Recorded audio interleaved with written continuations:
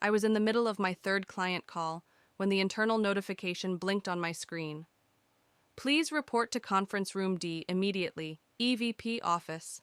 No explanation, no context, just cold, sterile urgency. I froze for half a second before locking my screen and walking out, heels clicking too loudly against the marble floor.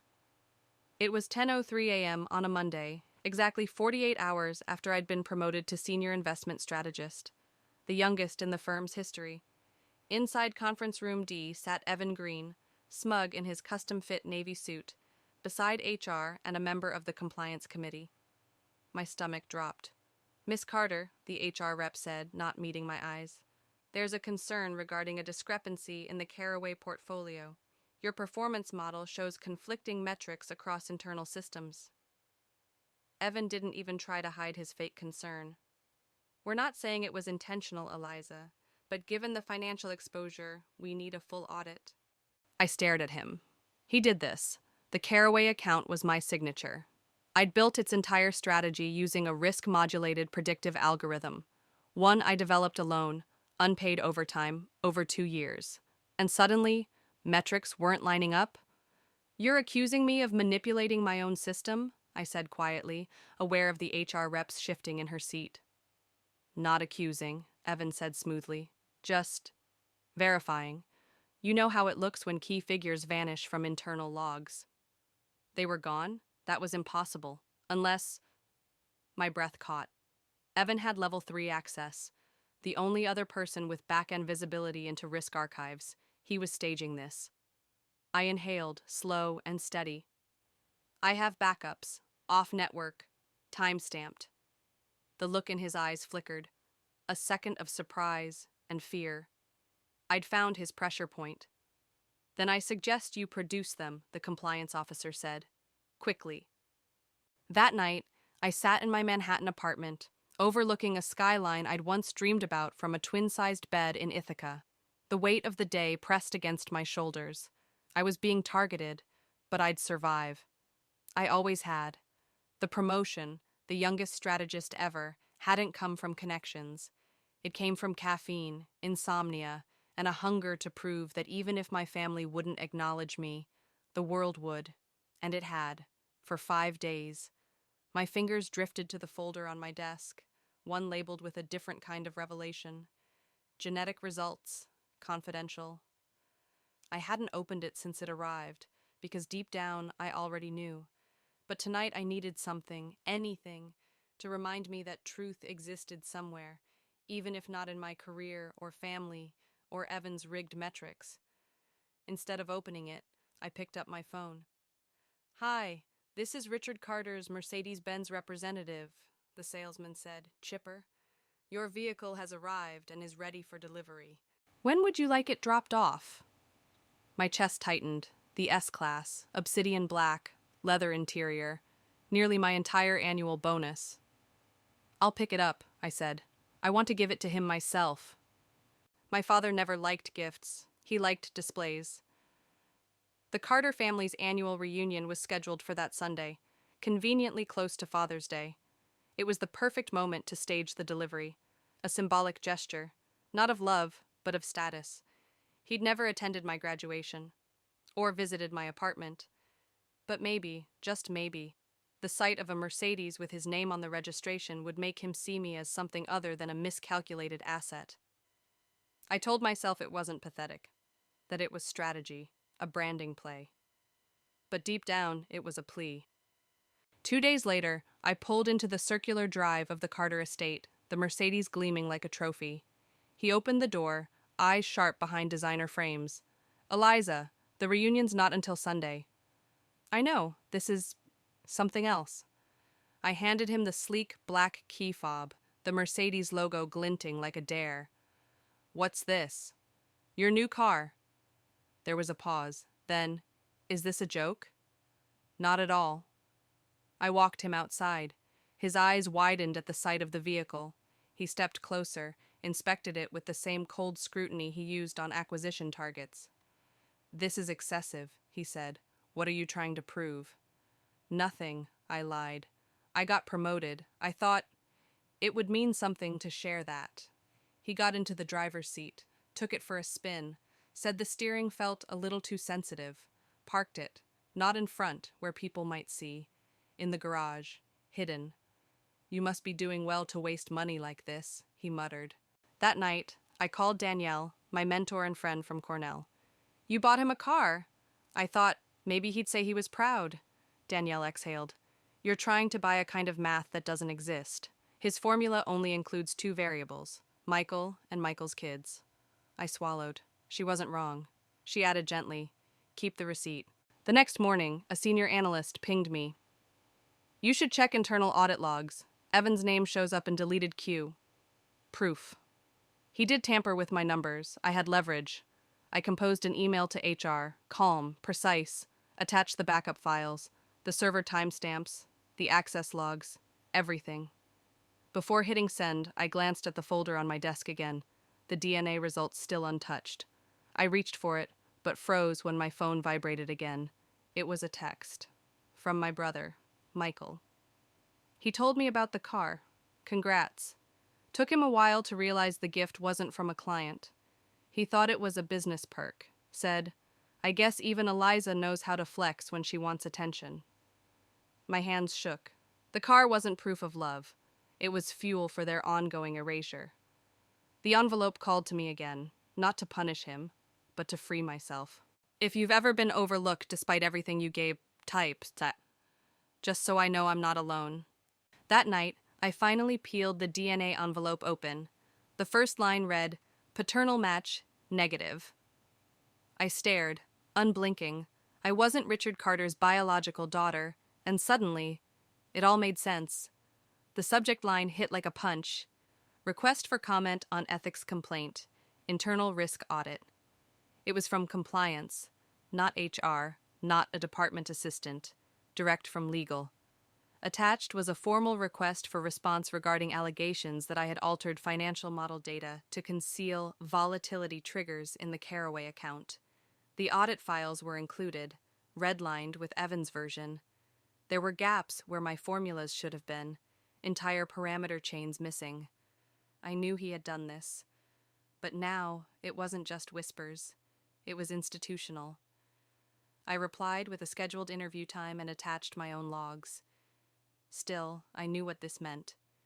Evan wasn't just sabotaging me, he had connections, and someone upstairs was letting this happen.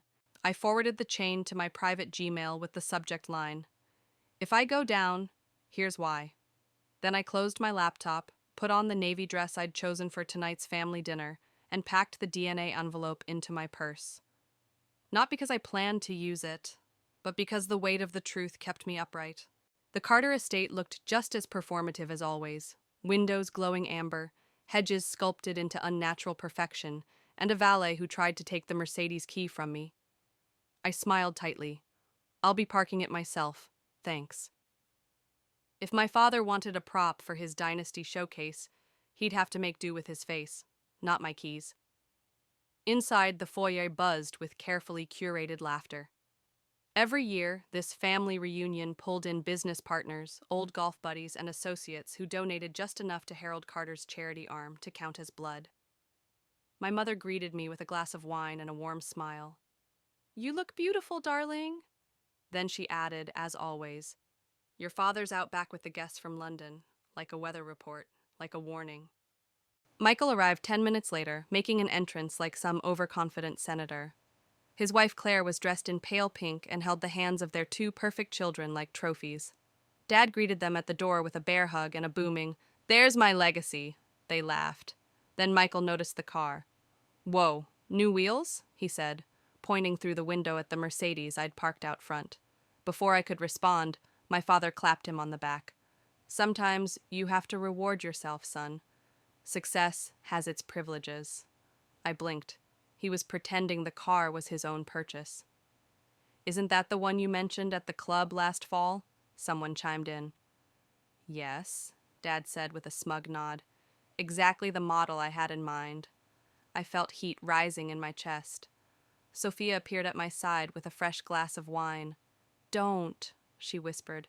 "He's been giving full tours of it all afternoon, acting like he custom ordered it." "He did no such thing," I muttered. I know, she said. You did. Dinner was as hollow as ever.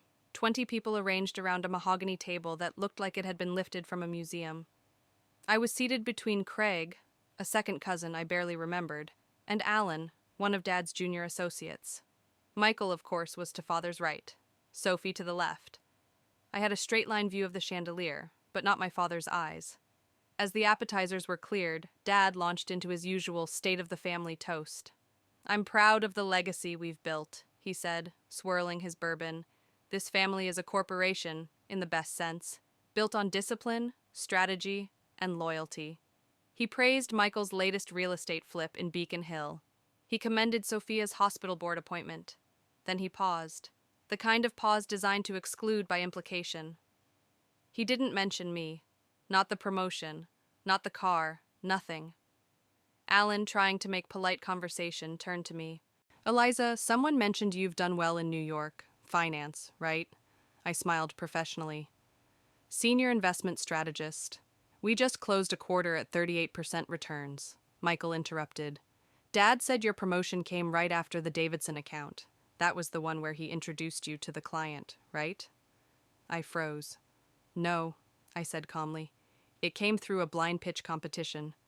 I didn't even know Davidson was the panel chair." Father cut in with a smirk. "Still, success in finance can be slippery. It's not like property, tangible, generational." I swallowed hard. Sophia's hand brushed mine under the table. He wasn't just undermining me. He was rewriting me. After the main course, I slipped away to the hallway and pulled out my phone. 12 missed calls from the HR department. A single text from Danielle. "They're moving fast. Be ready. You'll need allies." I barely had time to breathe before Michael found me. "Eliza," he said quietly, "why have you been asking Mom about her college years?" "What?" "You know what I mean. Don't play games. She said you asked about old boyfriends, first loves." My pulse spiked. "I was curious," I said. "Is that illegal now?" Michael stepped closer. "Whatever you're digging for, whatever point you think you're proving with extravagant gifts or inquiries, just stop." "And why would I do that?" "Because there's an order here. Dad built something that works. You're disrupting it." I looked him dead in the eye. "You mean a hierarchy? Where he gets to decide who matters and who doesn't?" "Exactly," he said without shame. "That's how families work. Someone leads, the rest follow." I almost laughed. "You mean obey?" He smirked. "Don't embarrass yourself."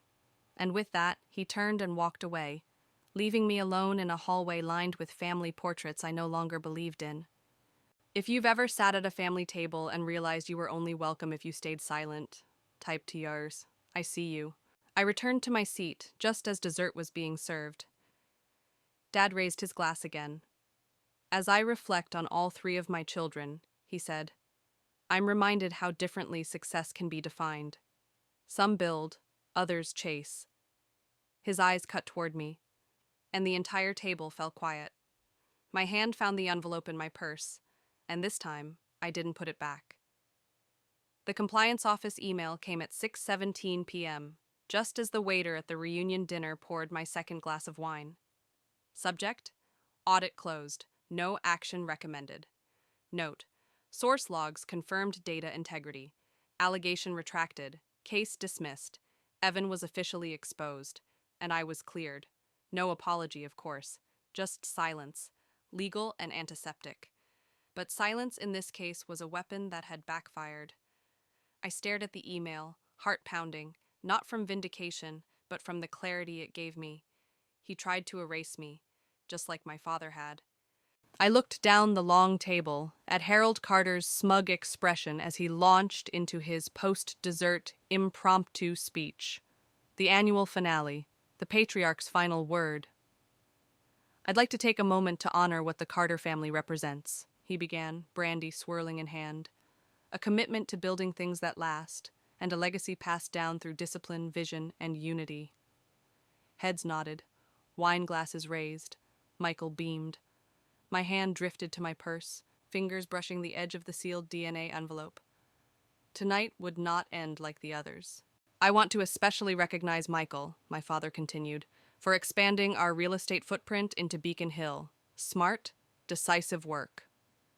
He lifted his glass toward him. And Sophia, for balancing service and family with such poise. Your work on the Children's Hospital Board makes us all proud. The table murmured polite affirmations. Then, his gaze lingered on me. As for my third child... A pause. His voice softened, calculated like a velvet blade. Eliza's path has always been unconventional, and I suppose success can mean different things to different people. He chuckled lightly. Some measure it in returns, in titles. But those things, he tapped his temple, don't always mean you've built something real.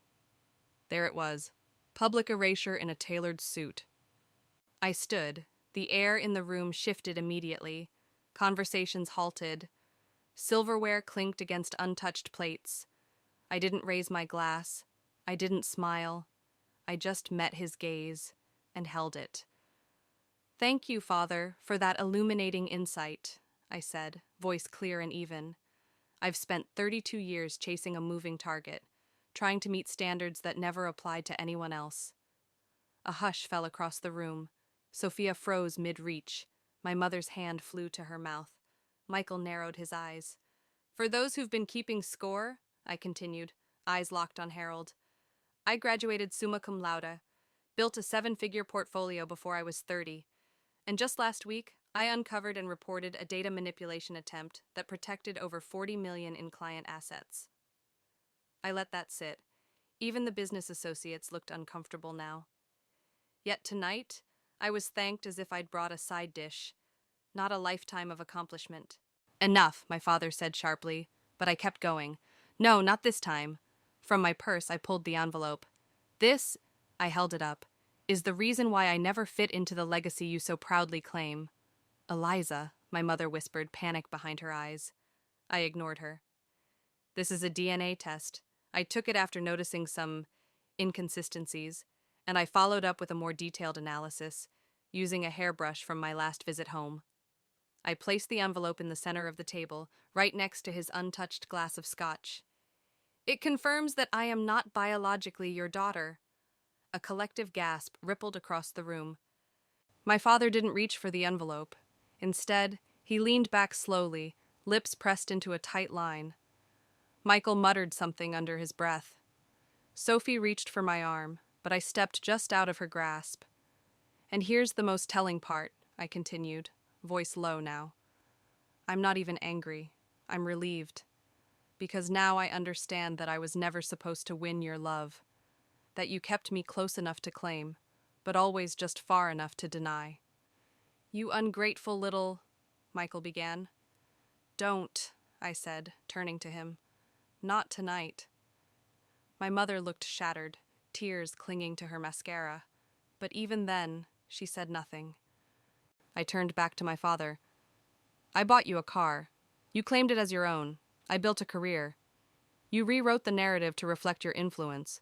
And now, when I offer you truth, you act like it's betrayal. He still didn't speak. So let me be clear, I said, grabbing the keys to the Mercedes off the table. The car, I'm taking it back. That woke him up. You can't be serious. Oh, I am. See, that gift came from a daughter desperate to be seen. But now it's just evidence. And with that, I turned. The house exploded behind me in whispers, Michael's voice, Sophia's sharp gasp. But I walked straight to the front door, pressed the remote, and slid into the driver's seat. The engine purred like a heartbeat. I didn't look back, not until I was halfway down the driveway. That's when the door slammed open. Harold Carter stood on the porch, the opened envelope in one hand, eyes wild with something that looked less like rage and more like fear. He yelled something. My name, maybe. But the sound was swallowed by the engine as I accelerated away. If you've ever had to reclaim something they said you didn't deserve, type 3. This one's for you. The next morning, his attorney emailed my office. This is a formal demand for the return of the Mercedes-Benz vehicle and cessation of defamatory claims regarding paternity. I forwarded it to my own counsel, smiled, and replied with one sentence. Tell Mr. Carter that if he insists on playing with Legacy, he should be prepared for what happens when the truth becomes public record.